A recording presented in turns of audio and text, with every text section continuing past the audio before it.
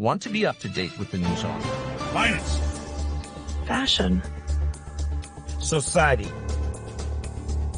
science, sports. Look no further with the award-winning news presenters from Tullamore and NestingNews. Good evening. This is NestingNews on Channel 1, and I am the oxygen tank in your deep dive into the sea of news. Tim Tullamore. Today we'll zoom our microscope into the topics of cryptocurrency's new adventures, commotion in high cabinets of the US, evolution of the bird to grow bull horns, and more. Starting with the IMF, or the International Monetary Fund, which has announced its own cryptocurrency that they named Universal Monetary Unit, or UMU, essentially UVU, but not as cave.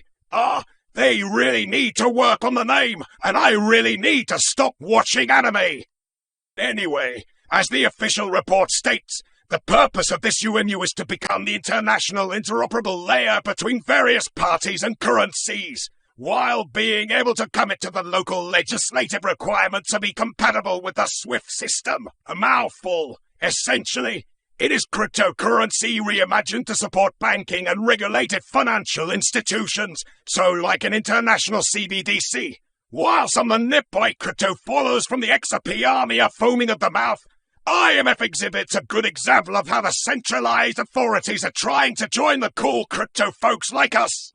However, do not be fooled. Those bureaucratic piranhas are merely looking to lure the naive kids into their centralized vans of monetary control. On the other hand, those who always find the glass to be half full should stop leaving it unattended. Argue that the looming CBDC plague would also result in a byproduct of many people learning about the decentralized cryptos, hence more crypto adoption. On the related subject of regulation, we see arguably the most important niche of cryptocurrencies, namely DeFi, being scrutinized and targeted by various regulators, including the SEC. Moreover, Gary Gensler, the chairman of the SEC, declared a war on everything crypto a long time ago and has now become even more vocal with the ridiculous redefinition of the term exchange, which potentially be extended to any crypto transaction. Luckily, Congress Representative Warren Davidson has instigated, or as politicians call it, introduced a legislation to figuratively chop Gensler's head.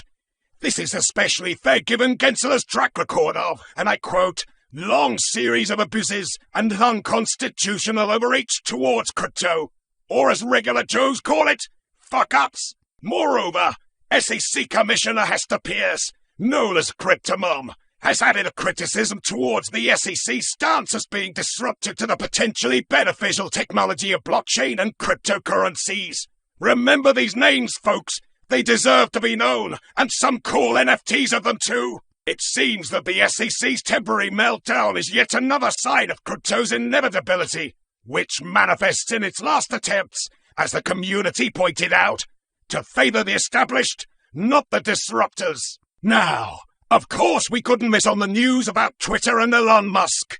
No, not the viral clip of the BBC reporter's incompetence about hateful speech, but the recent interview conducted by our colleague Tucker Carlson over at Fox News. The blue bird has evolved to grow a pair of, no, not that, the bull horns, as Twitter has partnered with eToro to provide Twitter's users access to trading stock and most importantly, crypto. Mr. Musk has explained his pivot as Twitter evolving from the most important social platform to become a super app.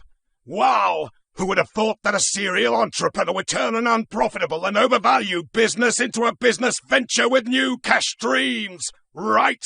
Moreover, eToro has vowed to introduce educational material on crypto to be available on Twitter too. All I hear is mass adoption again. And finally, our quick shout-out, this time about the new fruit on the block, a banana, not an ordinary one, but rather an NFT project called Skull and Banana Society, a new project from the creators of the secret Pineapple Society, but this time it will be on Ethereum. Does anyone want to make $1 million? Just reserve the rights to fruits, vegetables, and other edibles to resell it later. Jokes aside, we will be monitoring the development, while you can support the project directly by checking their Twitter. Coolio. It was I, Tim Tullamore on Nesting News, Channel 1. Stay amazing, and good night.